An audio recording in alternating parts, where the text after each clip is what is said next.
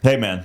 Thanks for jumping on the Super Life podcast. Yes, sir. Here I am. And Thanks, Darin. we have so many kind of crossing passions, I think, you know.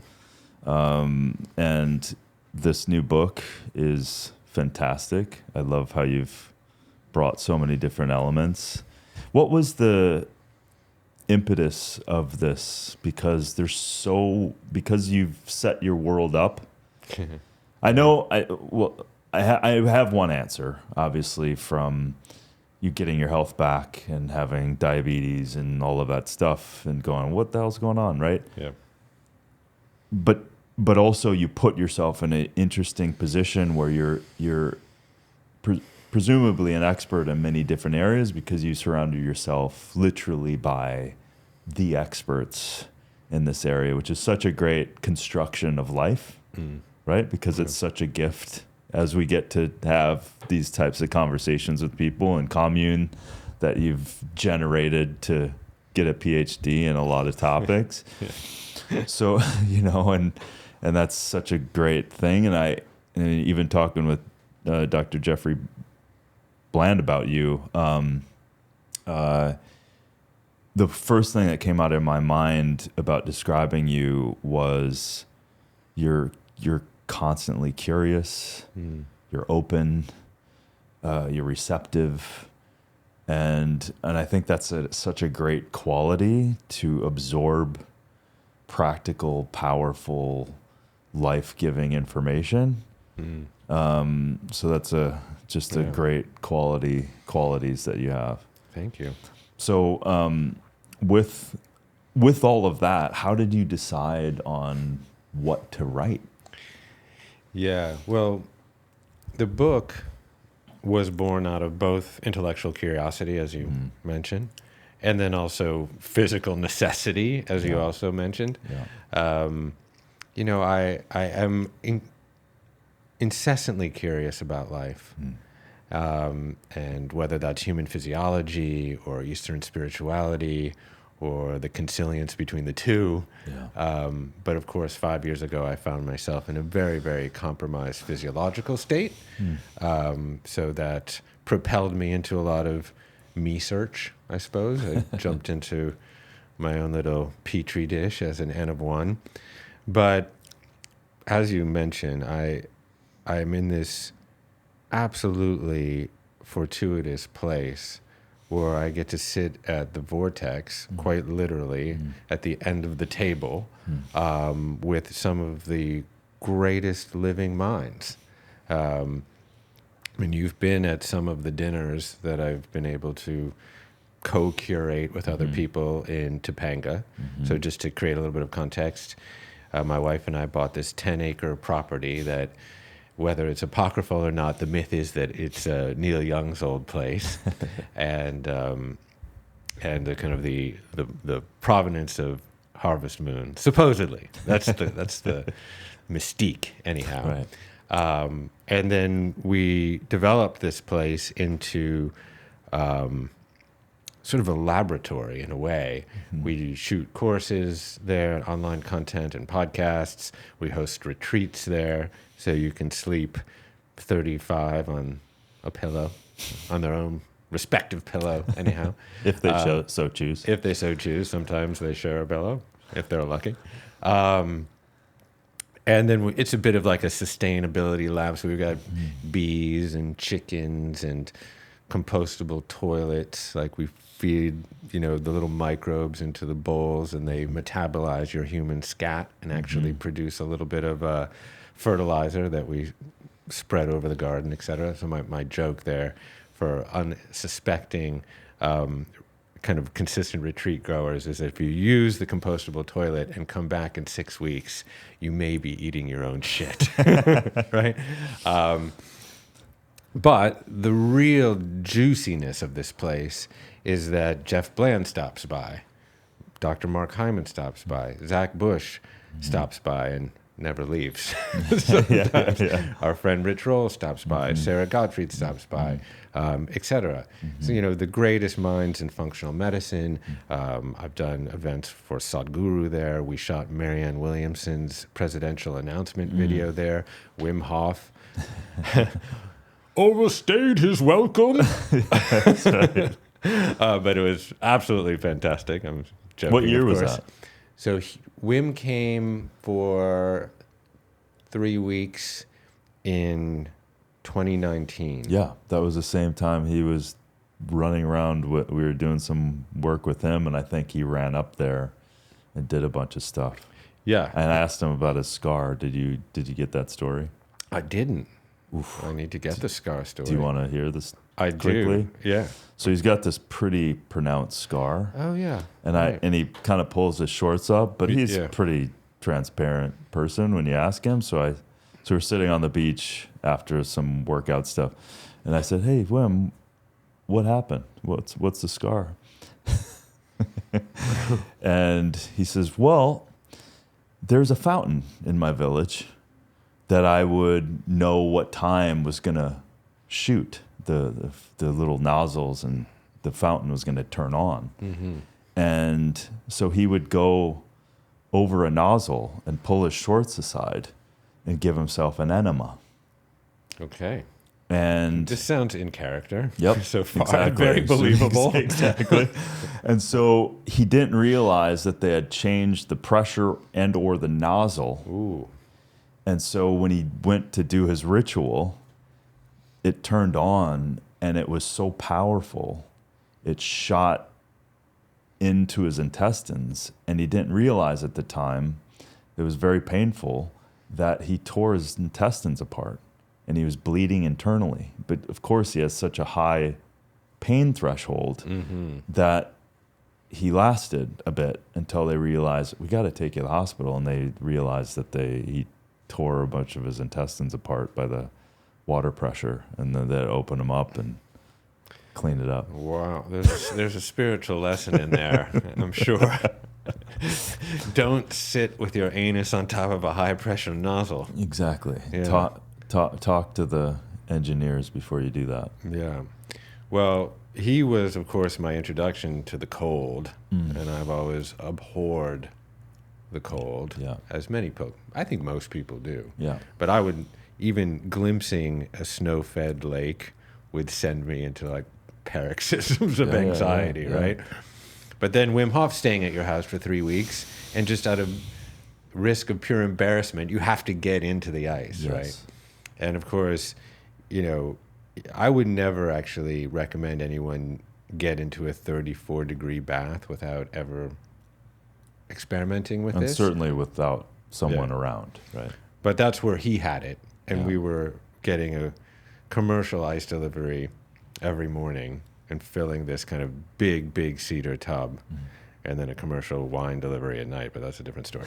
But let's just say there are very good anti-inflammatory impacts to getting in the cold in the morning. And Wim came and just held court there for 2 or 3 weeks. And everyone was kind of meandering up there. Oh, there's Rick Rubin, and there's Gwyn, and whoever, and he'd do the whole thing. First you do the breath, then you get into the ice, and you release the anti-inflammatory cytokines and upgrades the cardiovascular health, and then when we do the horse dance. I was like, what's that horse dance? Does that have its etiology in Qigong or Tai Chi? He said, I just made it up. Exactly.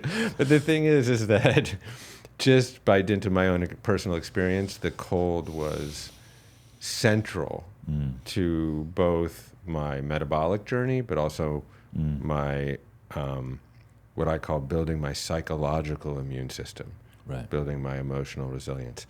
So to circle back to your kind of initial question, I've been able to essentially soak in the wisdom of so many doctors and mystics and sages and yogis, etc.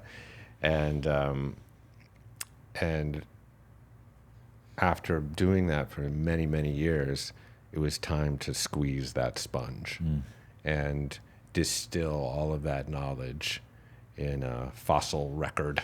Yeah. And that was really, that's, this book is the product of that process. But I'm very clear. It's like, I don't have any letters behind my name, I used to quake at the sight of a white coat, actually. Sure. And now I kind of want to wear one. But I think we've all been propelled over the last few years to follow our curiosity and become better citizen scientists. Mm-hmm. And I'm certainly one of those, much to my wife's chagrin, because she's like, come to bed, honey. And I'm like, no, one more clinical study on PubMed. She's like, what the fuck? Yeah. Like, you were that, I can't even get you to go to the doctor 5 years ago. And look at you now. And I think was one of the silver linings, I guess, of that pandemic.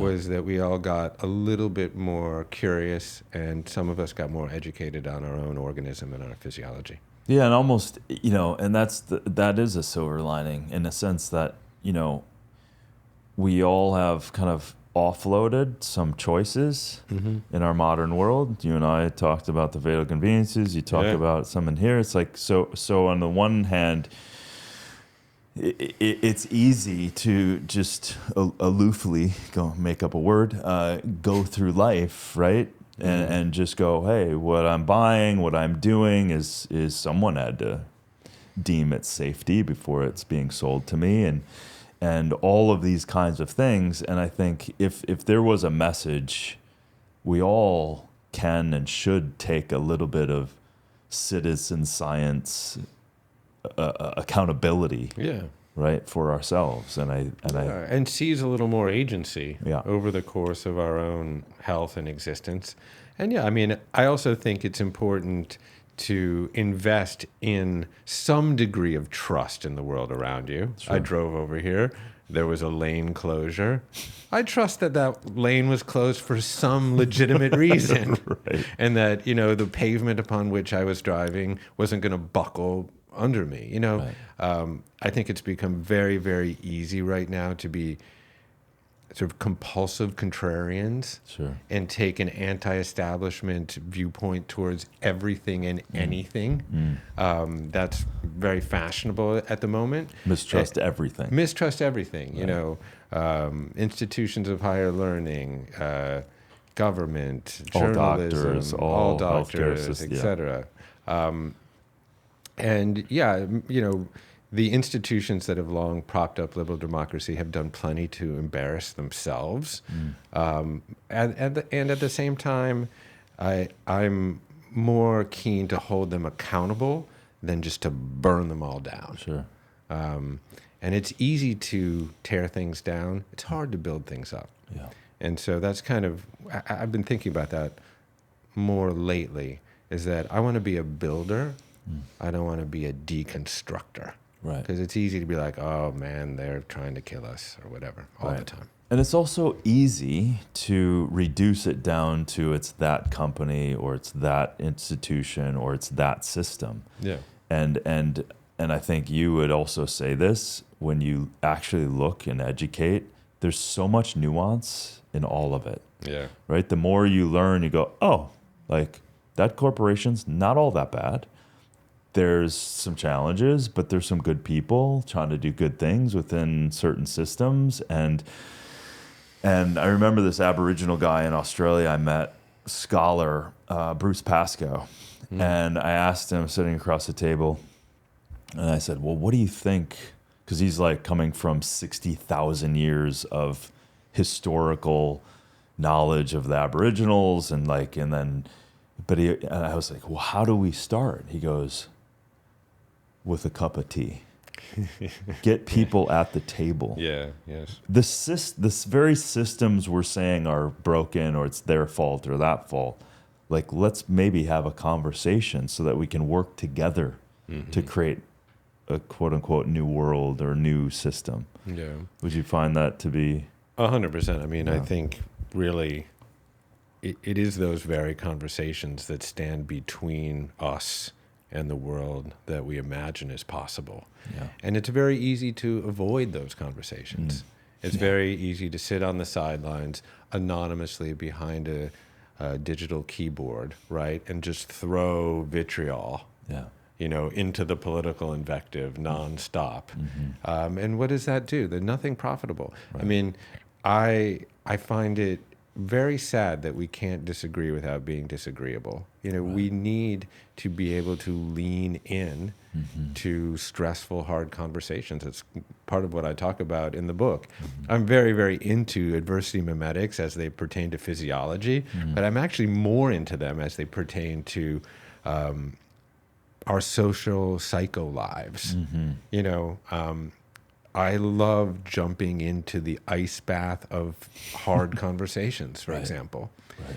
And I think that is what we need to do so desperately right now, is to engage thoughtfully with people that don't agree with us. Right. Because if you look at anything and everything that our particular species has made that is laudable and interesting, it is predicated on our ability to cooperate flexibly at scale. Yes. And in the absence of that, it's extremely chaotic. So I'm into stressful conversations. Yeah. I'm sort of queuing one up with my dad right now. And now that I've said it on a podcast, I have to do it. Now I'm going to hold you accountable. Have you talked to your dad yet? You talked to your dad yet? But I love that. And I think this part of the conversation is I think, underutilized and often, you can call it, I call it every once in a while, radically honest, right? Yeah. And I think the healthy tension is so beneficial for growth. Yes. Right? It is like, it's like right before the conversation that you're going to have with your dad, it's like you got to take that deep breath. You on some level, you're like, I don't want to have this. It's hard. It's going to be a little confrontational. I don't know how they're going to react. Like, you never know, right?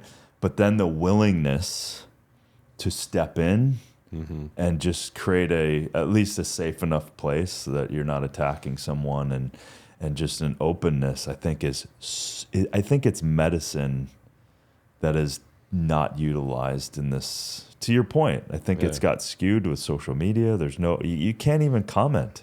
There's no ability to even comment even if someone has like a well thought out, like, alternate point of view. It's very hard to have a discourse in that way. Every once in a while I get motivated to do it and then realize like, I've got 120 characters at my disposal or whatever. And then I just this is just, social media is an awful sandbox for public discourse. Yeah. It's really impossible. Yeah. And that's why, fostering in real life community and connection is so important. I mean, I talk at some great length in the book about a protocol for actually having stressful conversations, because we aren't taught how to do that.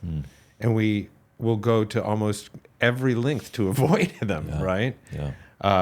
And there are times to step back from controversy, particularly in the face of very, very severe abuse or neglect or racism. There's a time to disengage. Right. But my friends Henner and Huron Gracie, who I'm sure you know, the Brazilian Jiu-Jitsu guys, they say there's two ways to manage space in BJJ to not get hurt, right? The worst place you can be is about 2 feet from someone where they can leverage all of their weight and just front of them. Knock you right in the nose, right? Yeah. The other way to avoid getting hurt is you disengage, you walk away. Yeah. But the other way is actually you go in really, really, really tight and you hug that person. And what can they do? They can just barely pat you on the back. Right. And that is what I'm more interested in. What does that look like when we go tight in? And what are the skills that are necessary to have real profitable conversations in that respect? And a lot of it has to do with your own emotional regulation. Right. Because you cannot walk into a stressful environment amygdala hijacked and expect a profitable outcome. Right. You need to pre-game these stressful conversations with a lot of emotional regulation. You need to build your own psychological immune system so that you can enter into these thorny discussions down here, and create the opportunity for attunement and coherence, but also create a setting of trust and safety, such that whoever you're engaging with feels a sense of security, and feels seen and feels heard. Because it's the difference between walking into something emotionally amygdala heavy and wanting to be right. Right? Well, this is one of the keys, is you should not enter into one of these conversations with the singular goal of trying to convince someone else that they're wrong and you're right. In fact, one of the great strategies in these conversations is to seek connection, not seek solution. Seek connection, not seek agreement. Right. So if you are brave enough to engage in a stressful conversation, listen. Yeah. And then notate areas of convergence between your own life and your adversary's life. And then when they're done, don't simply rebut them. Actually outline the places where you actually share some common experience. And that creates like this foundation of shared humanity that tends to like eclipse the more vituperative side. So this is one big thing, is you seek connection, not agreement. The other one is around listening and really refining your ability to listen. I often think of this as listen to understand, don't listen to respond. Right. And so many times in life, and we will even do it in our conversation today, because we're excited to talk with each other, and you have an idea while I'm still talking, and I have an idea when you're still talking. We might interrupt each other. That's fine. That's actually very instinctual. But when you're in a stressful conversation, really work on listening to understand and not formulating your response or rebuttal while the other person is still talking. They haven't even made their point yet, and you're already churning away, finding a clever rejoinder to them. Just listen completely to understand, and then when they're done, pause. Allow for an uncomfortable pregnant silence. Doesn't always work great on a podcast. But pause. And in that pause, your adversary or your partner will feel seen, will feel heard, because they will recognize that you've listened to them fully, and now you're synthesizing everything they said and then forming an appropriate response. It's really, really powerful. And I did 26-hour-long Zoom calls with people that didn't like me or didn't agree with me about something. Wow. And so I built up these protocols around that. You set that up that way. I was writing a newsletter right when we anchored into lockdown. And this newsletter was going out to about 1.2 million people, so our Commune newsletter. And every week I'd write 1,500 to 2,000 words tackling COVID, vaccine development, George Floyd, the national reckoning on social justice, Trumpistan, the rise of QAnon, whatever. Right. Every potential incendiary issue you could touch. But I was trying to do it from, a soft, rigorous, middle path trajectory, if you will. But of course, over the course of 2,000 words, you're writing something every week, you're going to piss someone off. Some turn of phrase is not going to sit right. I had attached my personal email to these musings, and they go out every Sunday, and then Monday there would be like a deluge of opprobrium, like cresting the bow of my inbox, just like, and some of them were just like, you libtard, fuck off, unsubscribe, whatever, Right, And it was from all over the political Sure. spectrum. It was on the right, on the left, anyone. I was fair game for all sides. I was like a conspiracist, yet somehow at the same time a shill for big pharma. I was like, how can I be both? But it's just how someone was experiencing. And that time, everyone was so triggered or triggerable. There was a lot of uncertainty. There was a lot of fear. So I started to volley back some emails with some of my more thoughtful detractors. And after 2 or 3 emails, I would say, hey, why don't we jump on a Zoom call, talk it out? And sometimes I call this my David Copperfield routine because that's how I made most people disappear. Right. Because they were like, no way, I don't want to talk. I don't want that. I don't want that. Yeah. But 26... I'm safe here. Yeah, exactly. But don't, Yeah. But 26 people took me up on it, so I started to actually schedule them on Monday and Tuesday afternoons in August and September of 2020. And I had 26 of these conversations. Wow. And it was one of the most powerful personal growth activities of my life. Wow. Yeah. And it is all of those qualities that you were just describing ahead of time that you had to practice. That's right. Because it begs, as you're describing that, I'm thinking it's a muscle. It's a practice that has to be, and also a rewiring. Totally. Especially at that time. And, I was a consummate, perpetual people pleaser my entire life. And so when in receipt of insult, I was initially like very triggered, very defensive. But over time, I built what I call my psychological immune system, because metaphorically, it's very, very similar to how you build your physiological immune system, right? With some degree of low-grade exposure to insult, to bacteria or viruses or pathogens. And over time, you spin up these little protein antibodies so that you become immune to those. Sure. And the same metaphor can apply to your psychology, where by subjecting yourself to the right grade of insult or recrimination, you build up your psychological immune system such that when people throw that stuff at me now, I'm like a rock in a choppy ocean, just like wash right over me. Right. Like the best way to disarm an insult is to be unaffected by it. Right. That said, it's not like I'm inhuman. People can still hurt my feelings, Sure. but I don't attach to it in the same way. And that really was a very, very potent emotional regulation tool, such that when I entered into these conversations, I was in kind of polyvagal theory, sort of ventral vagally activated, right? Where I wasn't disassociated or numb, like in my total parasympathetic, but I also wasn't amygdala hijacked in a sympathetic overload space. Right. I found some degree of homeostasis there where I could be alert, but also calm and serene. And people felt that.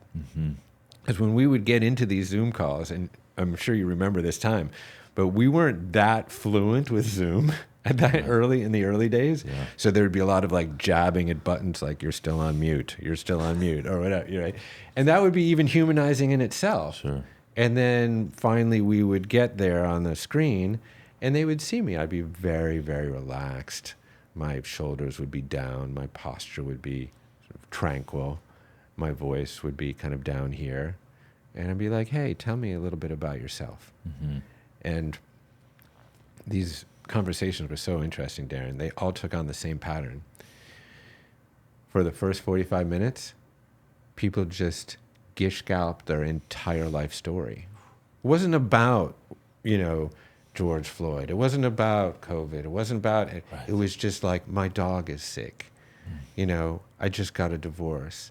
I'm worried about my kids. My parents are getting so old. It was those human stories. Right. And I was just in receipt of that, of people's life stories. And I realized, oh, this isn't about any sort of political or social issue. This is about creating a container for people to be seen and heard. Wow, Yeah. dude. I mean, it goes to like, number one, I'm just stoked in some crazy universe that you put yourself in that position. That's just badassery right there. It is, because it goes to show like what this book is representing. It's like so easy for you to not do that at all. That's right. So easy for you to not put the newsletters out, not talk about any of this stuff, stay up here and just talk about, hey, drink more, mushrooms or something or whatever, right? And like, hey, you're stressful, like, here, do these things, and just kind of avoid it. But then the whole nother level is to actually engage with these people, and that's a good stress. That is. And on the one hand, you don't want to do it. Like, it's so easy to avoid. That's right.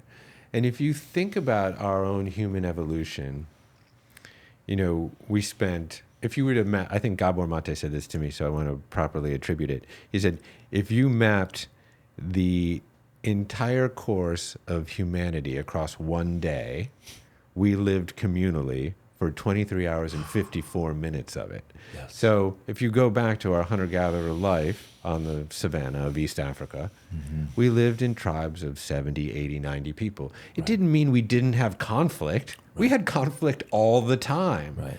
But we had to solve our conflict face to face, find middle ground, find compromise, actually acknowledge the best parts of someone else's argument, come together and move the fuck on. Yeah. And we just have lost that ability. Yeah. We're atomized, we're polarized, we live in single family homes or vertical boxes that we call, sometimes I think they're vertical CAFOs, that's what we live in cities. We're divorced, we're cleaved from each other, and then we're given a phone, and on any app you can essentially, you essentially fool yourself that you can be a complete individual separate from the world around you. And in that, we lose this ability to, this adaptive ability to connect. Yeah. And we need to re-find that. Yeah. And, the product of those 26 calls led me to discover nonviolent communication. It's a whole theory that's and a technique that's been codified around how to converse with people that don't agree with you. And then that led eventually to this summit that I hosted at Topanga between a group of Palestinian students and a group of Israeli students. No way. And these were, I don't write about this in the book because it happened last August. But my mother, who teaches nonviolence and peacekeeping at Columbia University, and so she was right in the middle of what was going on there on campus, in her class was the head of the Palestinian movement and two very, very prominent Israelis on campus. And she was fostering these very constructive discussions in her class. And I was like, Mom, that's incredible, because what we see on the news is the opposite of that, And she's like, yeah, and they're in touch with all of their counterparts at UCLA and Brown. And I was like, well, let's see if we can't bring them all to Topanga and put them around a table and see what happens. Wow. And of course, these were kids that grew up, the Palestinians, in refugee camps in the West Bank, in the most immiserated of conditions in many cases. And also Israelis that also grew up in the West Bank, but in very different circumstances in settlements. So these were people very anchored in their own political identities, but also that had grown up maybe 15 or 20 miles from each other, but in completely opposite families and totally different realities. And then there they were, in Topanga, and it was nuts. And so I had to, in this case, I wasn't the one actually having the stressful conversations. I was leveraging the techniques that I had learned to moderate them between these two groups. And it was just a fascinating experience. There was he's a professional mediator, and he's a historian from University of Michigan who was involved also in the summit. This guy named Mark Tesler. And what he stressed was, before you can actually make any political or structural agreements, you have to have psychological empathy and compassion. And to be able to foster that, people not only need to understand each other's narratives, they actually need to be able to reiterate someone else's narrative back to them. Oof. So check it out, Darin. So for 2 days, we engaged in this active listening process where each, these students would come up and they would tell their story. And some of these stories, man, are like so heartrending. I mean, just, one kid had just lost his cousin, from a drone strike, in Hebron, or I can't remember the town. And after 2 days of active listening, of listening to these narratives, we paired up like a Palestinian and an Israeli, and these are kids mostly, and we put them just like this, facing each other, looking each other in the eye, and the Israeli had to tell the story of the Palestinian back to him, and then flip, and then the opposite. And I'm telling you, man, this was one of the most emotionally cathartic experiences, because I was sitting in the middle looking and trying to hold it together, basically. Oh, yeah.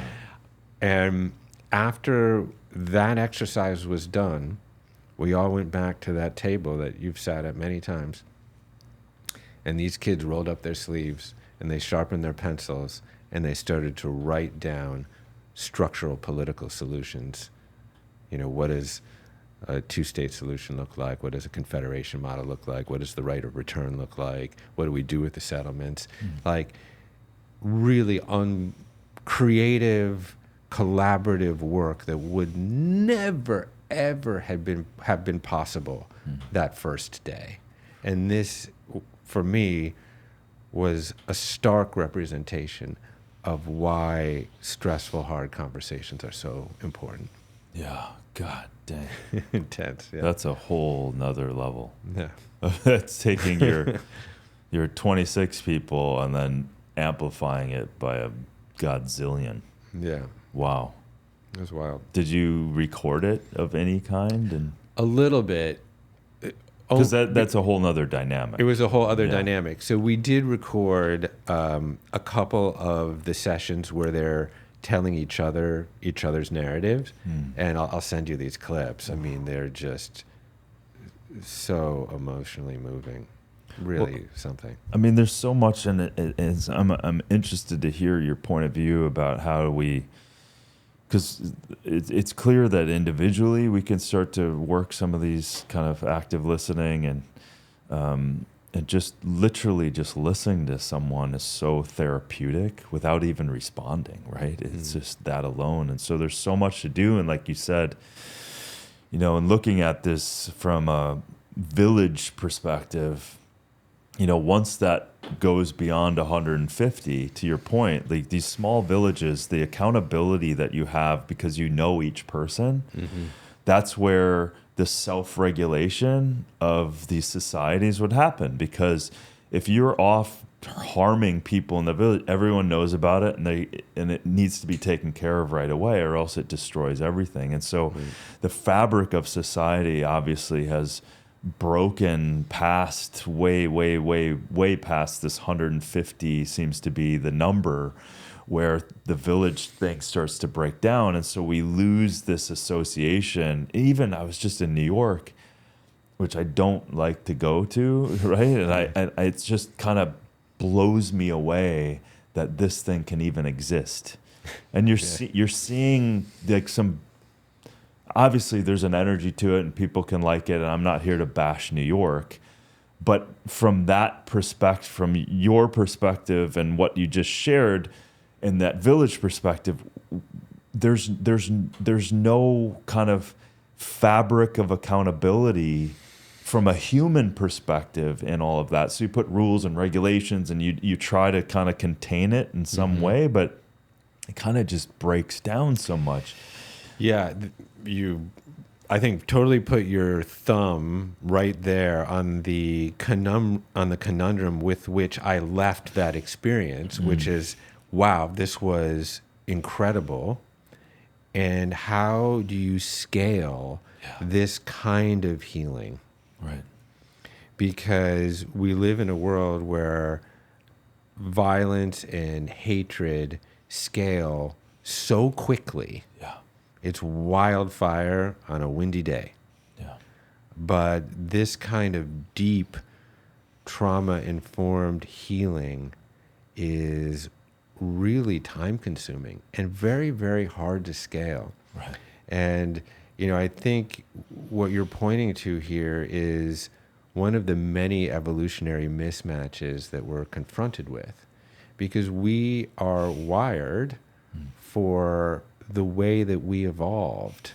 And we evolved in these tribes of, 80 to 150, where, we could hold each other accountable. In fact, you had to. Right?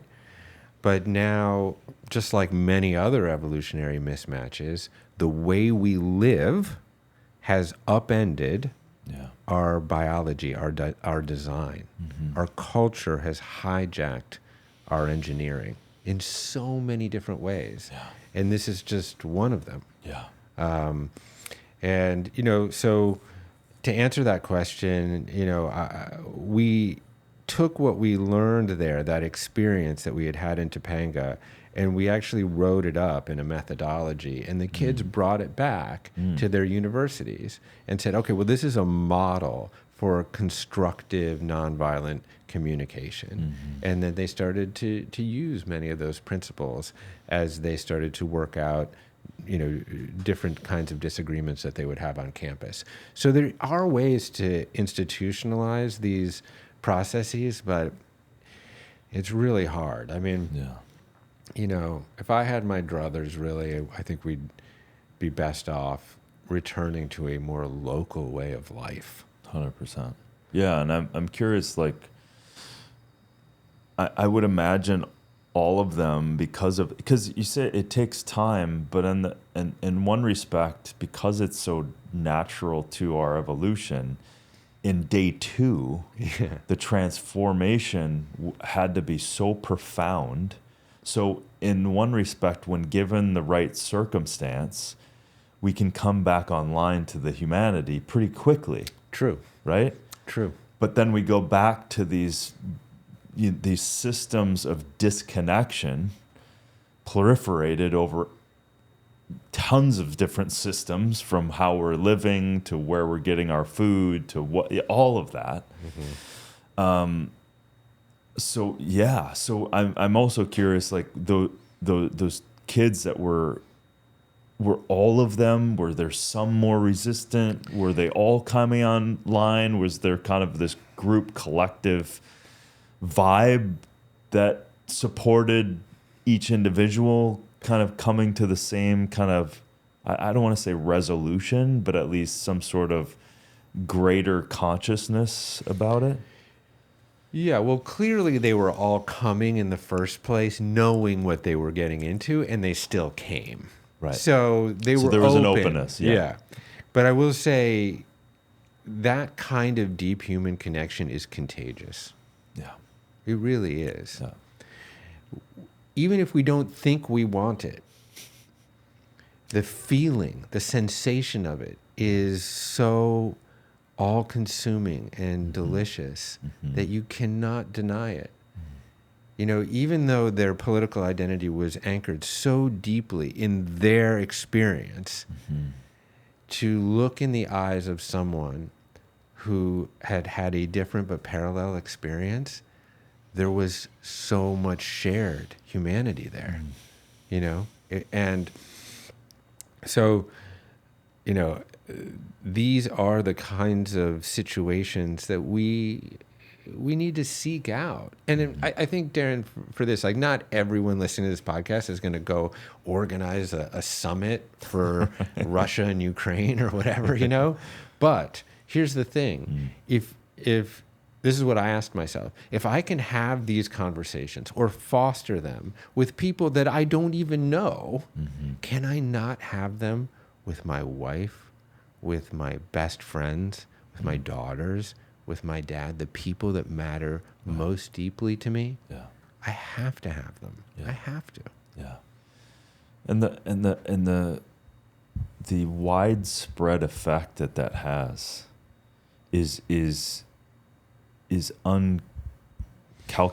Yeah. Right? You can't calculate that, because even I go back to the 26 people, none of them probably expected what actually happened. And Right. what, like you said, what actually happened was all of this other kind of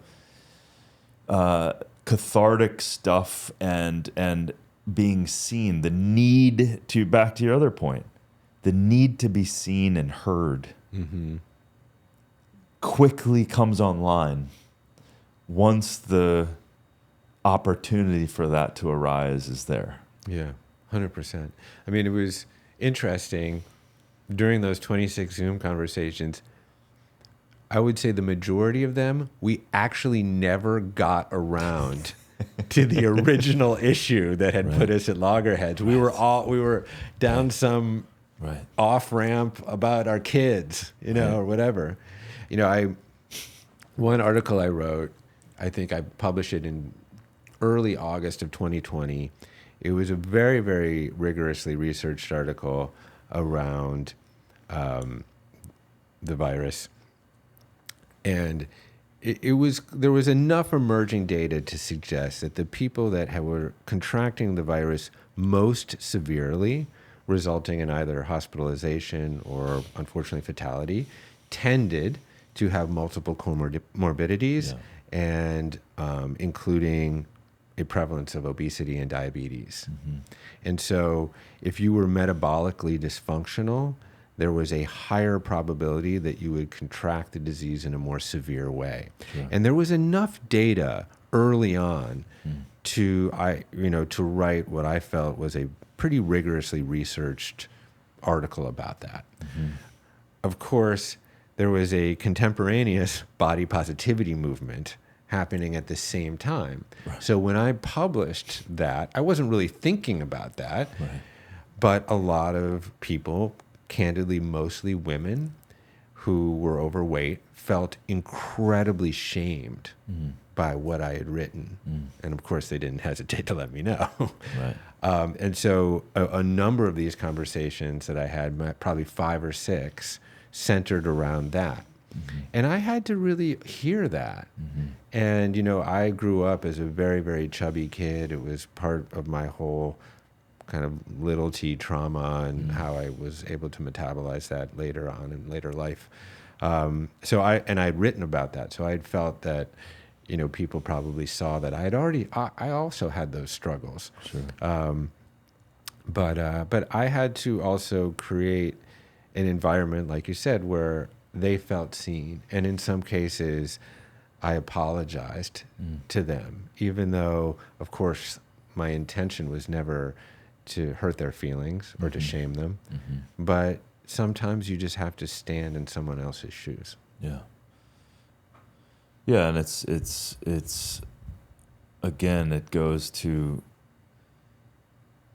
most of these things aren't the source of the pain anyway. They become a trigger point, a flare of a fire that what you kind of concluded, it was like it became all about all this other stuff, surprisingly so, right? Yeah. It was like, wow, I had all these kind of points I was going to make about this specific. Never got to I prepared and we didn't have to use it. And so, that I'm fascinated because I took I have a master's in psychology, and we sat. Like one of the first was Carl Rogers back in the day. It was his modus operandi was literally people will find their solution for the most part if you just literally actively listen. And you don't have to oftentimes say anything. But just know that someone's being heard is so powerful. Yeah. Yeah, I mean, I think that silence is underrated Yeah. in this environment. Yeah. Silence is really the condition in which we learn Yeah. and we synthesize. And it's often in silence that our most creative ideas emerge, right? They just bubble up from under the crust of consciousness. Yeah. We're on a walk. We're not thinking about it. We're not yelling or engaged or whatever. We're just there being quiet. Yeah. And it's in that quietude that something quite beautiful emerges. Mm-hmm. And often that's, a result of very active listening. And, I think that the ability to lean into psychological and social discomfort is actually quite related to the ability to lean into physiological discomfort. Yeah. I actually don't really separate my fasting protocol or my cold water therapy or my resistance training. I don't really separate those physiological adversity mimetics from a social fitness regimen, if you will. Right.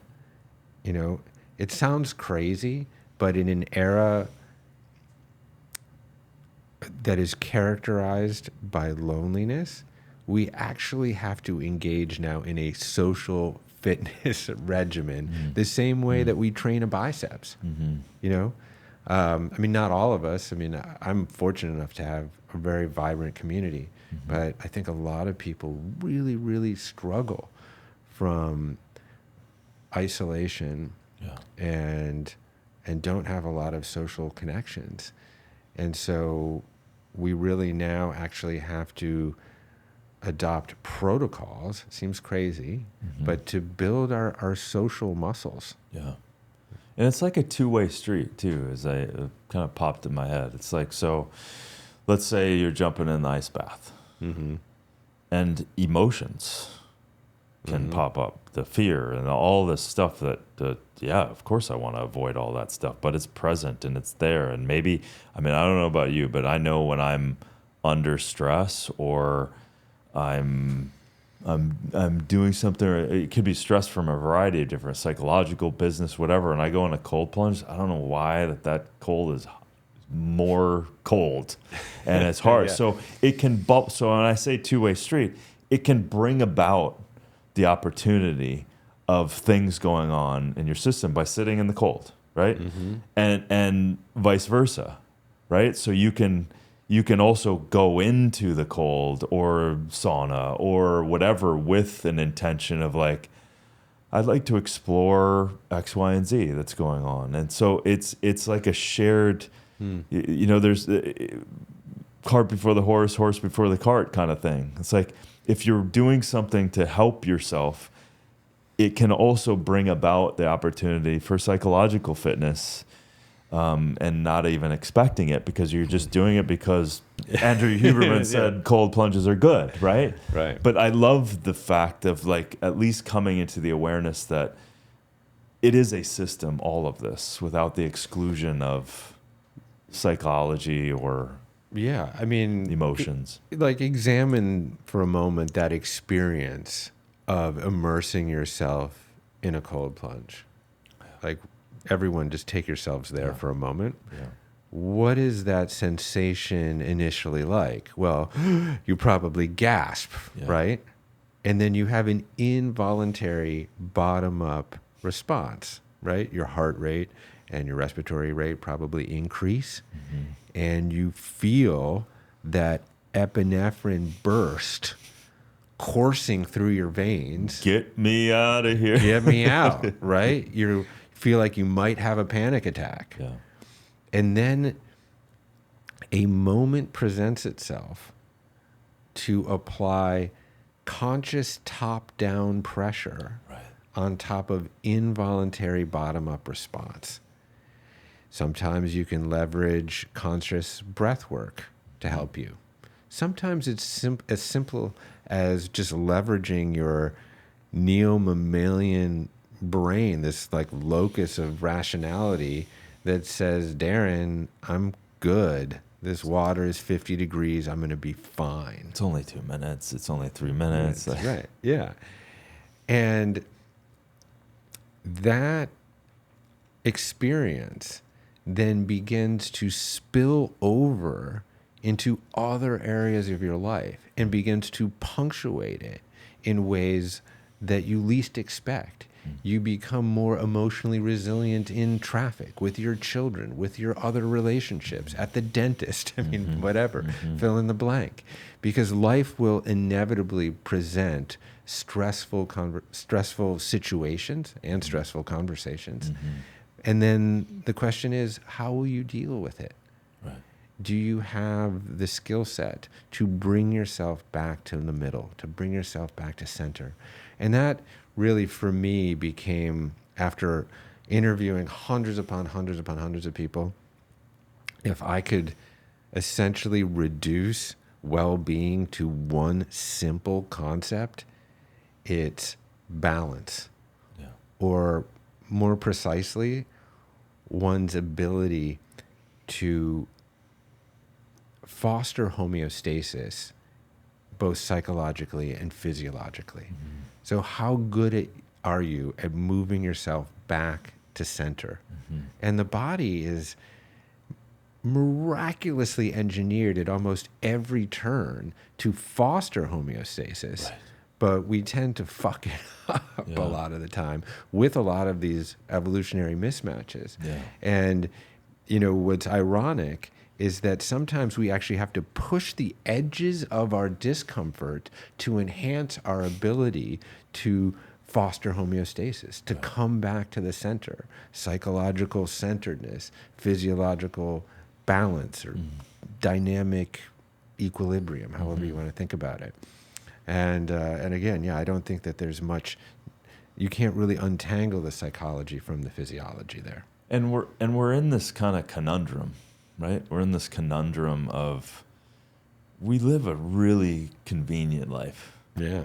I mean, we can dial in the room temperature, we can, make food, on-demand water in our house, and we can get food delivered at our doorstep at any time and any place and anywhere. And like you said, it's like, is that benefiting me? Or is that over a long period of time actually making me, quote unquote, weaker? To the point where this emergence of this new information, old information, get out in the sun, put your feet on the ground, get some cold exposure, all this stuff, it's kind of our own awareness is bringing back, you can call it biohacking and all that stuff, but it's really just ancient ways that we need to bring back this good stress. That's right. Now, in the absence of Paleolithic stress conditions, we now need to self-impose a degree of deliberate stress in order to realign the way that we live with the way that we're designed. Right. And, a lot of it has to do with reframing how we actually think about ease, because that portrait of lying on your couch at 9 p.m. in a thermoneutral environment regulated by some digital box on the wall, eating a pint of Chubby Hubby, binging Curb Your Enthusiasm or that sounds like really delightful. It sounds like a delicious way to spend a Friday night, right? But it really yields a lot of dis-ease in the long run. And it's not the true ease that we're looking for. Right. We know true ease when we experience it. Yeah. We know it, like even right now, where I have no sense of linear time and space. I'm just right here, right now with Darin, completely engaged in a conversation. Or we know it sometimes when we're engaged in some kind of collective enterprise, when you're doing something with other people that's meaningful. Or sometimes we get a glimpse of it, when we're engaged in some kind of athletics, and you get a tiny little taste of flow state, right? Where you have perfect awareness of your body in space and time. And I'm a tennis player. How do I know where the guy's going to hit the ball before he even hits it? But I do. Right. That's real, true ease. You know, we know it like, we know it when we actually taste it in our mouths. It's like, I'm sure at some point in your life you had to go to Vaughn's and buy like an ethylene gassed tomato. What does that taste like? It tastes awful. It tastes like banality. Yeah. But then you've also probably tasted a tomato that you grew in your backyard, right? But that didn't come for free. Yeah. You had to tend that soil. You had to build up that compost. You had to plant that seed. You had to ensure the right amount of sun and water and prune the leaves just right. And the product of that, that's actually true ease, like that bursting, sweet, flavorful tomato that came from a good degree of inconvenience. Right. And I think that's what we need to reinstill in our lives, because that true ease is the product of a little bit of discomfort. Yeah, and I think eloquently said. I mean, it's enough kind of taking in who we are, what we are, and instilling. It's a resilience thing. We're lacking a sense of resilience, in a sense that we're reacting so much to life. We're not taking that breath in. We're not slowing down enough, and it's just we're in this weird world, in a sense that this modern world, we were born into it, and it's been running for a long time. And now, in order for us to actually thrive, we do have to invoke a level of inconvenience. Yeah. I mean, it's just as simple as that. Right. We really just need to grok the basic idea that humans evolved in relationship to their environment. You actually cannot separate the behavior and function of your organism from the behavior and function of the environment. We think of them as two separate things, but really you're an environism or an organment, right? And so we evolved for hundreds of thousands of years as Homo sapiens and millions of years as hominids before that in relationship to our natural conditions. And guess what? Those conditions sometimes involved a little calorie paucity. There was a little scarcity in people's lives, particularly in the winter. But now, of course, winter never really comes from a calorie perspective. So it was quite normal on the savannah for your loincloths, it might get a little tight in the late summer, early fall, and for you to store a little extra fat. That was completely adaptive, because your body knew that the paucity of winter was right around the corner. And that calorie scarcity that we used to experience not only just kept us lean, but now, with our great science, we've discovered that it activated all of these longevity pathways, and AMPK and autophagy and mitobiogenesis and BDNF and all these wonderful things that we love to throw around. But it's true, you know, and you know, you can dissect that at almost every turn. We used to get really, really hot on a consistent basis. And guess what? We have this incredible adaptive design that when we get really hot, we sweat, we perspire. And through that perspiration, there's a degree of detox for sure. But really what you're just doing is thermoregulating yourself back to that little warm porridge that of 98.6.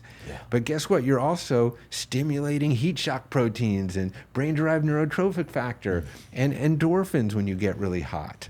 And of course, we often were exposed to great fluctuations in the other direction. We used to get cold as just by dint of being alive. And of course, now we know that not only is it incredible for your metabolism to get very cold every once in a while, but it also seems to increase the production of dopamine over this protracted period of time.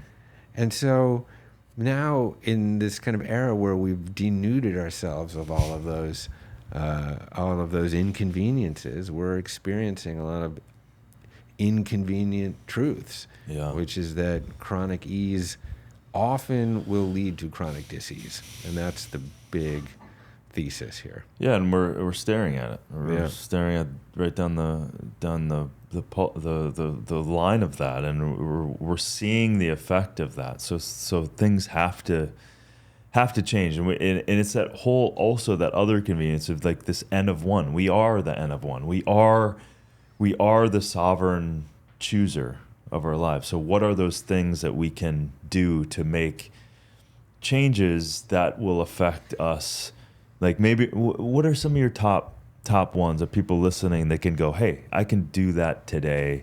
I can start to, it doesn't cost me money. What are some of your top ones that you can, the good stressors that can produce incredible results? What are some of your top ones that you like? Sure. Well, I think a lot of it comes down to mindset.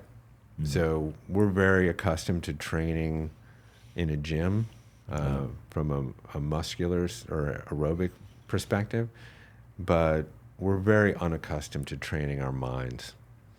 And the entirety of your experience of what it is like to be you is filtered through the prism of your mind. Right. And so, a meditation practice is, I think, central, especially in this moment, Right. where we're living kind of within this persuasion economy or this attention economy, where your attention and everyone's who's listening, your attention, your focus and your time has been productized and commodified and bought and sold. People just need to actually wake up to that reality.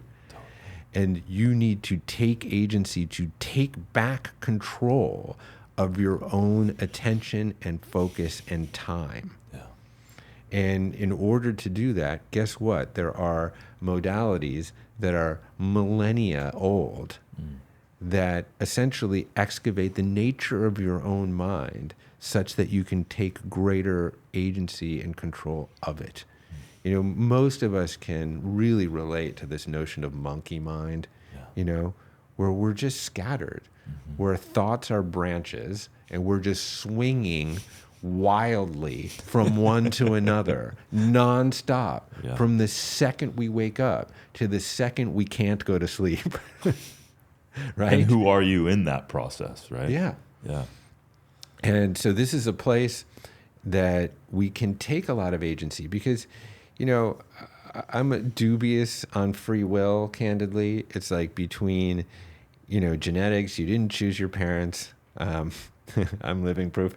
And you didn't choose the environment in which you were born or the era in which you were born or the religion in which you were born or the country or the set of rights in which you were born. You didn't have much control of all of the prior causes that led you to being here or the serendipity or good luck or bad luck. But what you do have is the ability to shine the light, the spotlight of your conscious attention onto things moment to moment.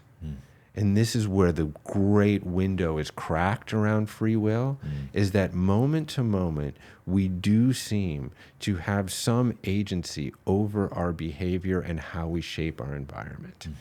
And so you can choose to spend 5, 10, 15 minutes per day adopting some sort of meditation practice.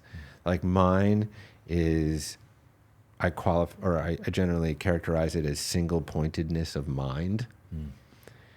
So I will use a drishti or a kasina, which is like a gaze point, and I will just simply gaze at Dinesh, who's sitting over there on that couch. Wouldn't that be lovely if I could gaze at Dinesh all day? And just always come back to that gaze point. And yes, know that thoughts and feelings and sensations will inevitably arise and subside in consciousness. But the great opportunity is coming back to that gaze point. It's always the coming back that is really the skill. Right. And you can use your breath as that single point of attention. You can use a mantra. Sometimes I do that in the sauna. I use a Nichiren mantra. This is probably like TMI for your audience, but I'm generally naked in the sauna. Yeah. And I do air squats. Great visual. And Can't get it out of my head. Sorry. Yeah.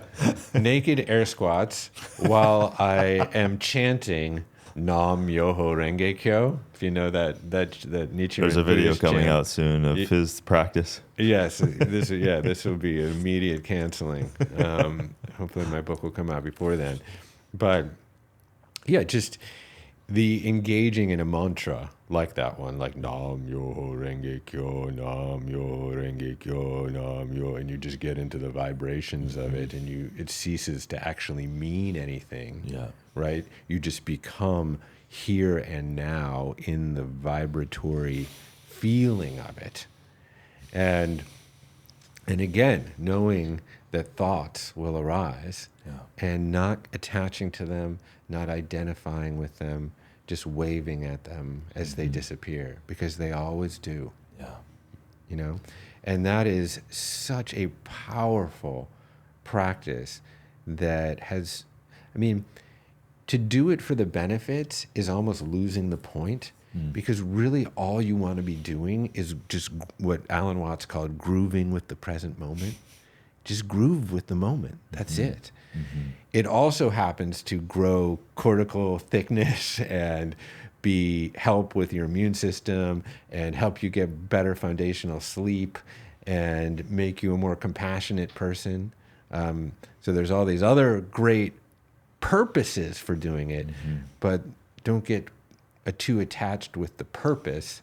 Just groove with the present. And I categorize it as a good stress because in this day and age, it's pretty hard to sit on your ass and do nothing. Yeah. But again, I think it's such a necessary medicine to the rapture and the capture of all of this stuff that is, and I love that you said it, the commodifying of your attention and being the buying and selling of that attention, and you're not getting the benefits of it. And it's that easily applied for myself in the morning, where I do not turn my phone on. I go through my practices, I do my meditations, and you can feel sometimes like, but I need to check this, and you can feel the pull of it, but the gift of you first in that sense is far outweighing anything. And and this could be opened up into esoterics in a sense, but the space that's opened up within the practice of the moment is just so powerful, and the space that it opens up for responses to life, there's less reactive capture and more opportunity to allow the being that's actually there, rather than the addictive mind that you may think is you, that is mostly reacting to just nonsense. But I think I think that's one of the best medicines that we can do too. I think there's nothing more powerful, because everything everything comes sort of after that. I will also say that that a fasting protocol can also have very, very potent spiritual and psychological impacts. And that was something that I did not expect. I mean, I initially adopted a 16/8 intermittent fasting protocol, where essentially you just consolidate your consumption of food in an 8-hour window. And that was initially a very, very powerful protocol for me around weight management. So I was 60 pounds heavier, but I also had, severe blood sugar dysregulation, et cetera. And giving your pancreas a break, by not constantly stuffing your face every second, essentially allows it to stop producing insulin for a moment. And guess what? your cells become then more sensitive to its product. Right. You know? Right. I mean, one kind of aha that I had was that the excess of any single molecule in the human organism will eventually lead to a resistance to itself. So I knew that generally through my relationship with wine and beer, right? The more that you drink, the higher your tolerance is, right. Or coffee, right? Yeah. But the same is true for insulin, the same is true for dopamine, etc. So if you're constantly foraging dopamine hits, eventually you are going to create a resistance to itself, to that dopamine, and you're going to have to then engage in more consistent behaviors and more extreme behaviors in order to feel that same sensation. So I digress a little bit from the fasting protocol, but just because I consolidated my consumption of food in an 8-hour window didn't mean that I didn't get hungry at 9 p.m., let's say.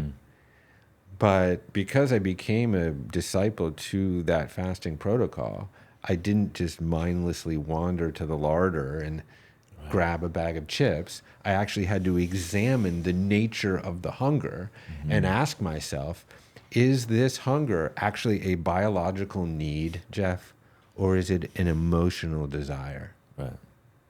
I had to do that. And of course, look at me, I'm fine. I don't, it was not a biological need. I've got enough warehoused energy on my body to last like a good month, right?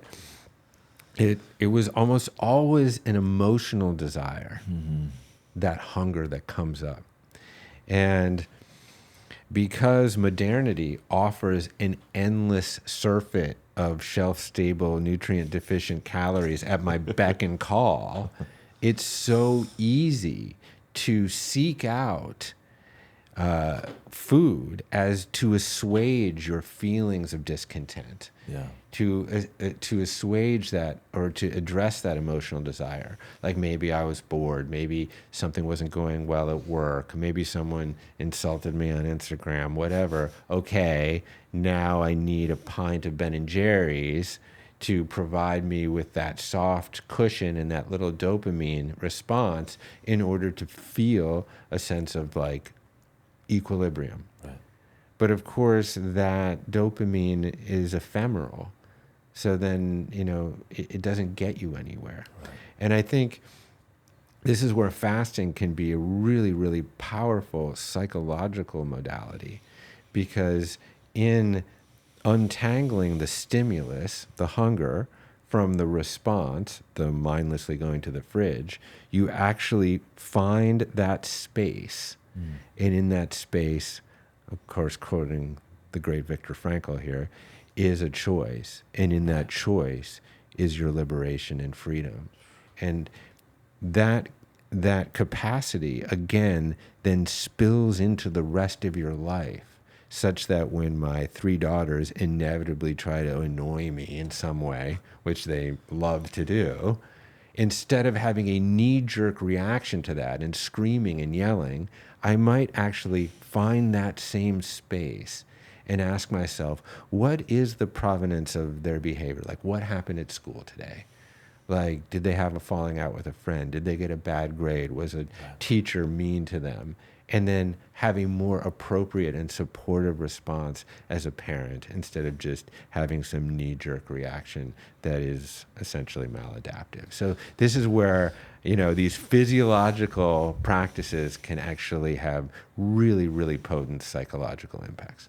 Yeah, and you create that space for them to be received, rather than, because it's almost guaranteed at 9 p.m. at night, you're not calorie deprived when you're going to go to sleep in an hour, right? So the Ben & Jerry's is straight down the pipe of just this psychological numb. That's right. And and I think this is, there's a lot of contributors to our obesity epidemic, but I think this psychological dysregulation in combination with this endless, always availability of nutrient deficient food it's that elixir Yeah. that I think leads to a tremendous amount of obesity. Something people can start to examine themselves right now Yeah. if they just allow for a little space to start doing some of these things, creating a little more good stress in their life. That's right. That's right. And, you know, as you've pointed out and as you've illustrated in your own life and in your books, too, most of these things are free. Yeah. They're mostly just available to you. Yeah. You know, fasting actually saves you some money generally.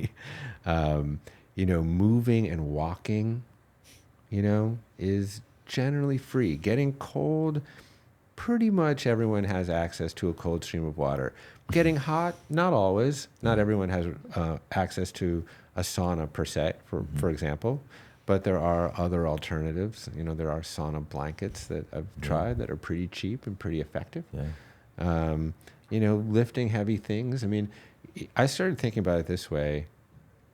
Really, if I want to be healthy, then I have to ask myself, how did I evolve? Mm-hmm. And how do I mimic the conditions in which I evolved? Yeah. And that generally like points you to the right direction. You know, there's so much conflicting advice out there, you know, right? Yeah. But if you just ask yourself, like, as it pertains to exercise, for example, like, how did my hunter-gatherer ancestors evolve in relation to their exercise? Well, they didn't really think about it as exercise, right? They just walked mostly. Yeah. 7 to 10 miles a day. That's 14,000 to 20,000 steps on your iWatch, right? They lifted some heavy things, right? They had to build some structures and get some firewood. Every once in a while, they'd have to run, generally against their will, away from some odd-toed ungulate or something on the savannah. That could be called now high-intensity exercise, right? Or zone 5 exercise. And that's really what you want to mimic in your life. You want to walk a tremendous amount. You want to lift some heavy things. And a couple of times a week, get your heart rate up to zone 5. And really all that's doing is just mimicking the Paleolithic conditions in which we evolved. I love it. And it just flips on that switch of the common sense to kind of unplug us from the modern world that we find ourselves in. Yeah. Eloquently put together, eloquently said. Mm-hmm. You're a master. We could talk for days. Thank you, brother. I appreciate it. Thank you. I really appreciate you. I really appreciate all that you do and how you move through life. And it's just it's a treat to be here, and I value the opportunity to connect with the community that you built. So thanks a lot, man. Thanks, brother. I know. Awesome. Nice. Oh man, I loved where that went. Yeah.